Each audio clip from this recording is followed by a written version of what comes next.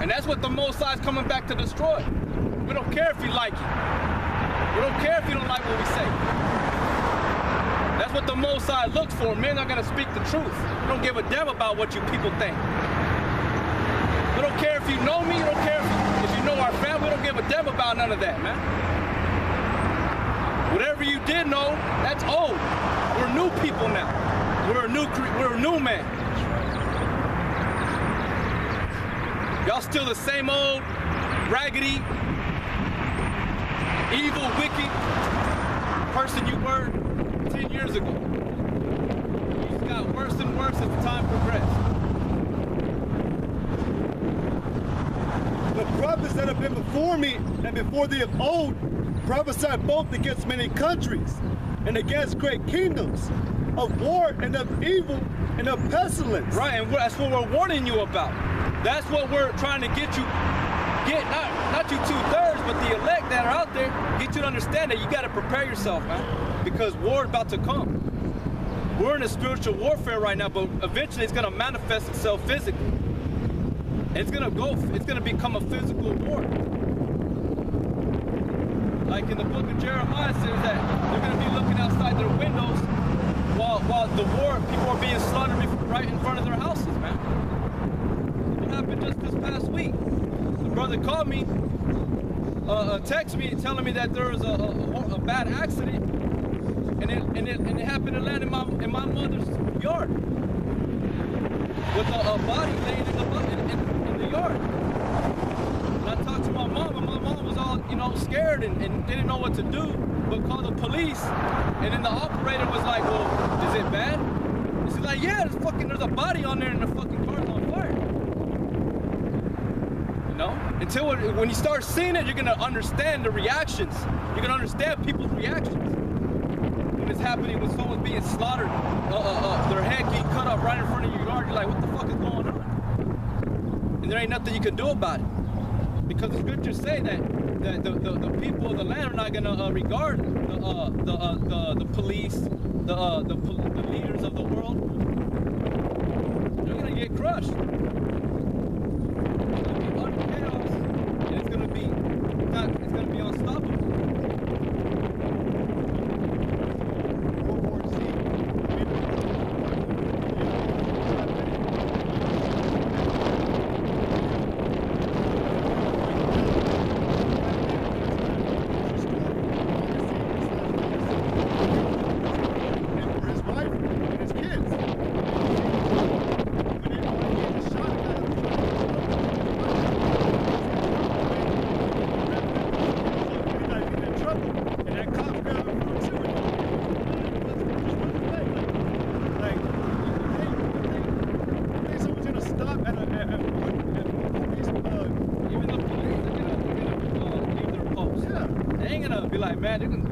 They got families.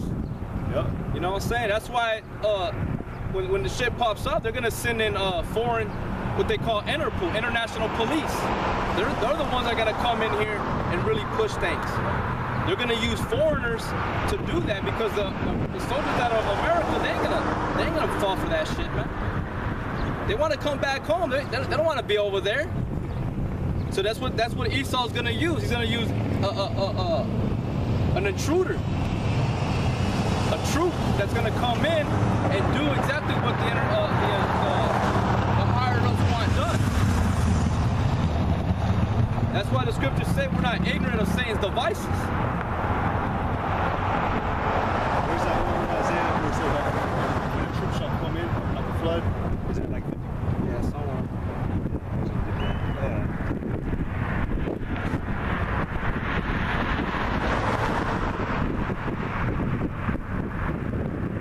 Isaiah 59 and 19. Yeah, look at it.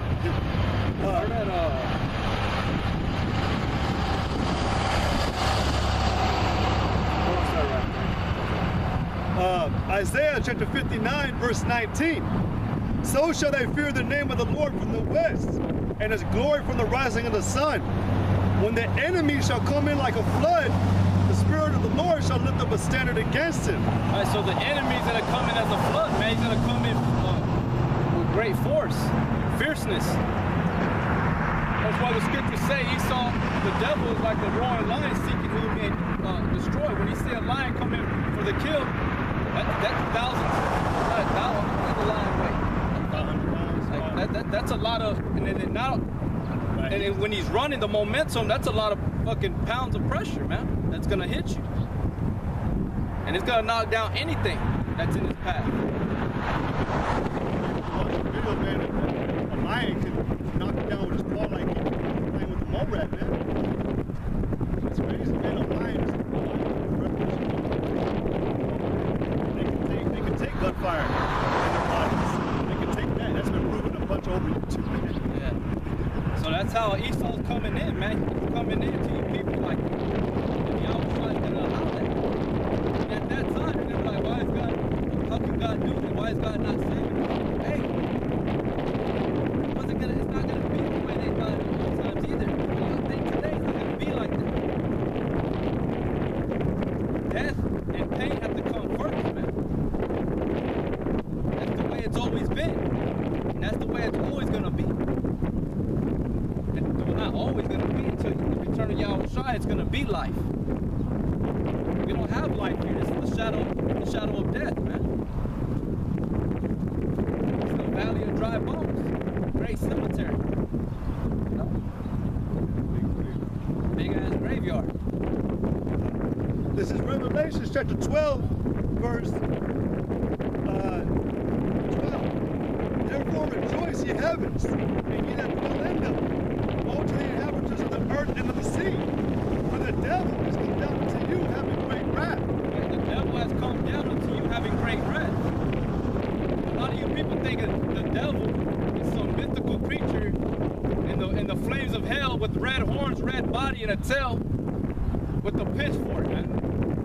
The devil lives on land and he walks on 2 feet just like you, with flesh and blood.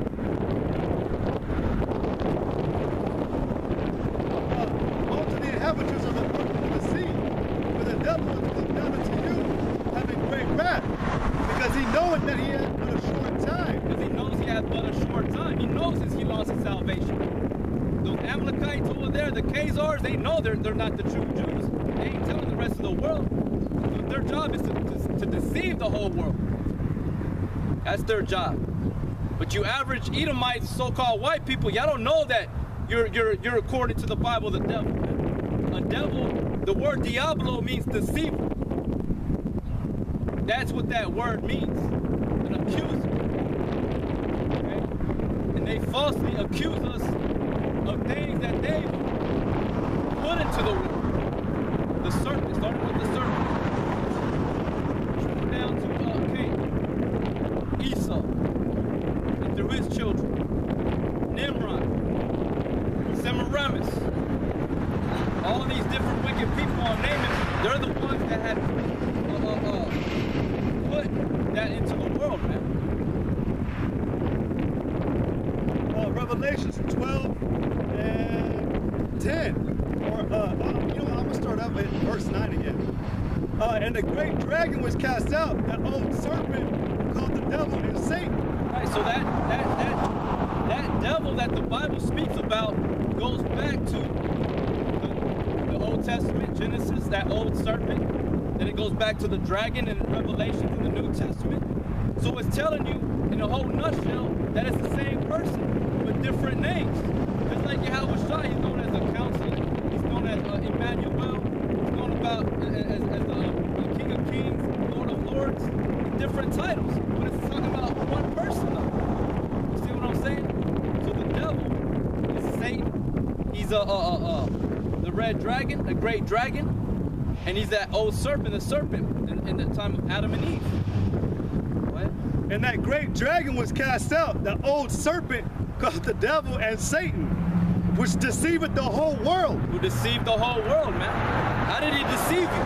By pushing out lies. By claiming that he's a Jew. Taking a man's heritage like the scriptures say. Telling you that the savior of the Bible is a white image with long hair, and the way they depicted the Lord as being pale skinned, blue eyes, with long hair. That's not the that's a lie. Okay?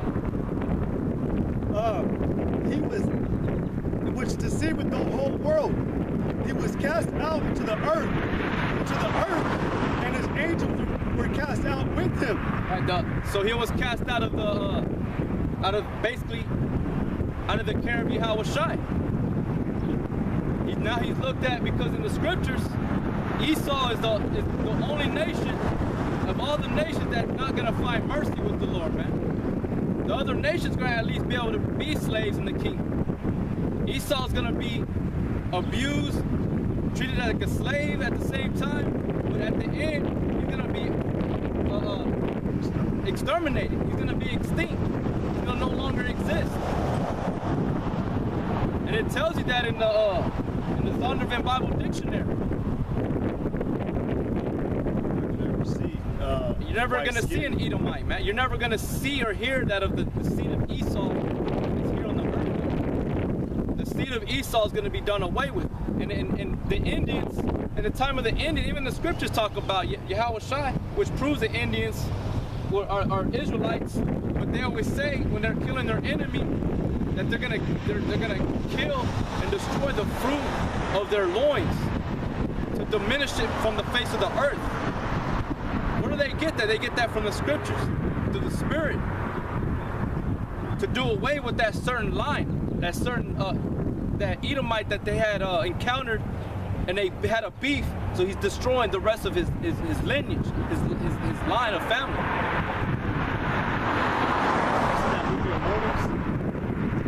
Thanks. Yeah, there was a part in there where the tyrant king or whatever, he was a betrayer from the side of I don't know who they are, but the guys basically that are trying to find the bow, that mortar bow, whatever. But he comes over because he knows that great tyrant king is a great army, so he basically gives himself over to the wicked side. But that king, he's like, I know about betrayers, not to trust them, because they betray their own people. What makes you think they're going to betray him again? Someone greater comes along. But so he takes that betrayer guy and he chains him to a wall, and he has this big ass fucking sledgehammer. And he said a man's greatest weapon is his line, his genealogy, his seed, to continue his seed. He says, so I'm gonna do the world a favor and rid your line. He takes that hammer and bashes his legs open, sitting down, right? Yeah. And they fucking hit him right here in his groin. Yeah. And that's where your testicles is where it produces its the semen, sperm, which is what brings forth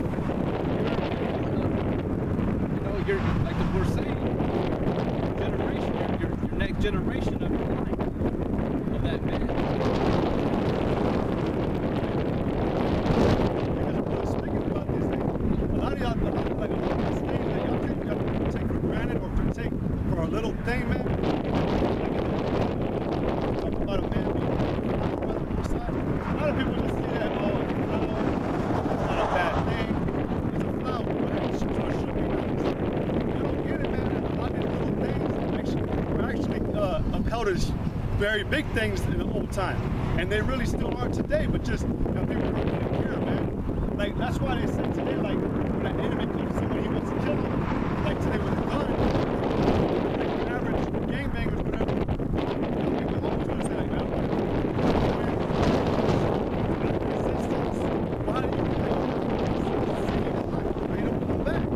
That's just saying that with Esau, man, that's how it's going to be done. Yahweh Shai is going to rid Esau. Like what I'm saying, you gangbangers that kill off one enemy, that you hate him, you got to kill the rest of his whole lineage, because he's going to come back. He's still going to keep coming back. But y'all ain't the most like, can't do that. It's like Esau, he thought he could play God and get rid of Israel. Look at Israel. One of the blessings of Israel is that he was going to multiply as the stars of the heavens and the sand of the sea. So many Israelites, man. Esau don't even know. Because Israelites come in different shapes and colors, man. Different walks of life. Israel does. Everybody's a speckled bird.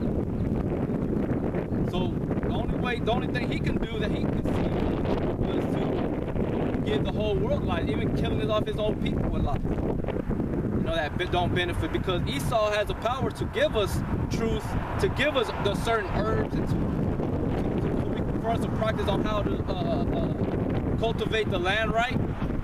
But no, he don't care, because he knows that he lost his shit. He knows he lost his salvation. So therefore, he wants the whole world to go with him. That's a selfish motherfucker. Hold up on that. This is Isaiah chapter 14, verse. I'll start at verse 12 and I'm gonna read all the way down. How art thou fallen from heaven, O Lucifer, son of the morning? How art thou cut down to the ground, which didst weaken the nations? For thou hast said in thy heart, I will ascend into heaven. I will exalt my throne as above the stars of God. I will sit also upon the mount of the congregation in the sides of the north. I will ascend above the heights of the clouds. I will be like the Most High. Yet thou shalt be cut down to hell, to the sides of the pit. They that see thee shall narrowly look upon thee and consider thee, saying, is this the man that made the earth to tremble and to shake kingdoms? That made the world as a wilderness and destroyed the cities thereof, that opened not the house of his prisoners? So it's telling you already how Esau, it's talking about Esau, how he's just selfish. He don't give a shit about nobody. And he wants people destroyed. That's why his name is, who was named Esau, wasted away is he.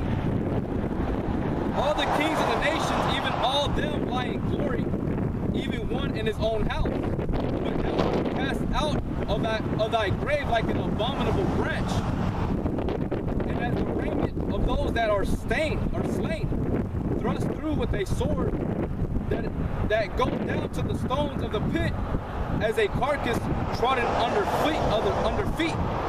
Thou shalt be joined with them in burial, because thou hast destroyed thy land and slain thy people. The seeds of evildoers shall never be renowned. Prepare slaughter for his children, for the iniquity of their fathers, that they do not rise, nor possess the land, nor fill the face of the world with cities. For I will raise up against them, saith the Lord of hosts, and cut off from Babylon the name, and remnant, and son, and nephew, saith the Lord.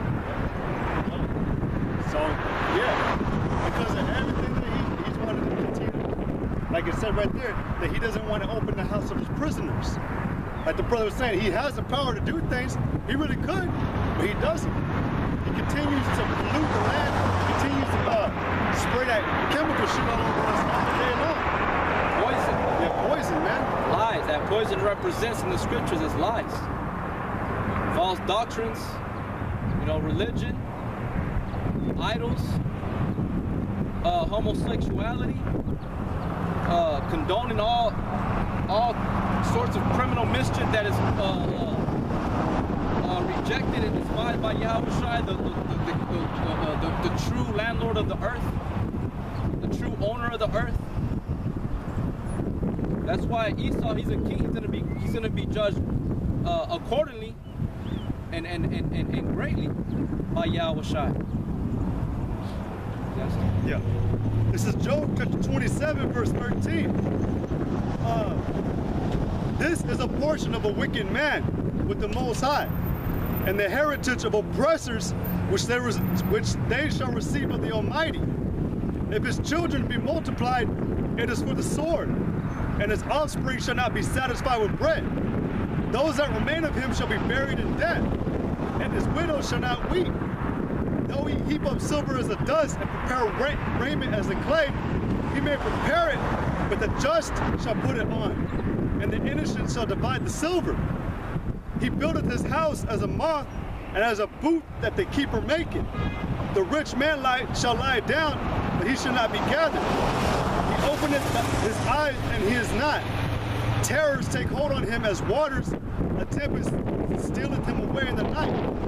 The east wind carrieth him away and departed, and as a storm hurleth him out of his place. For the Most High shall cast upon him, and shall not spare. He would fain flee out of his hand. Men shall clap their hands at him.